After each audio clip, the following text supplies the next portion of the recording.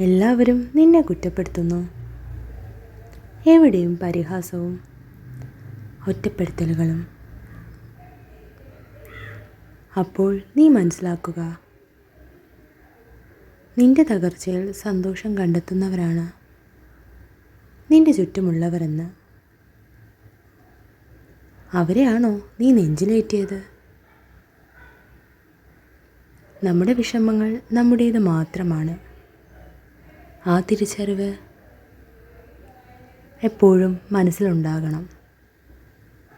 അപ്പോൾ ഏതു പ്രതിസന്ധിയിലും നമ്മൾ തളരില്ല. ആർക്കും നമ്മളെ വേദനിപ്പിക്കാനും കഴിയില്ല. ആരെയും മനസ്സിലാക്കാതെ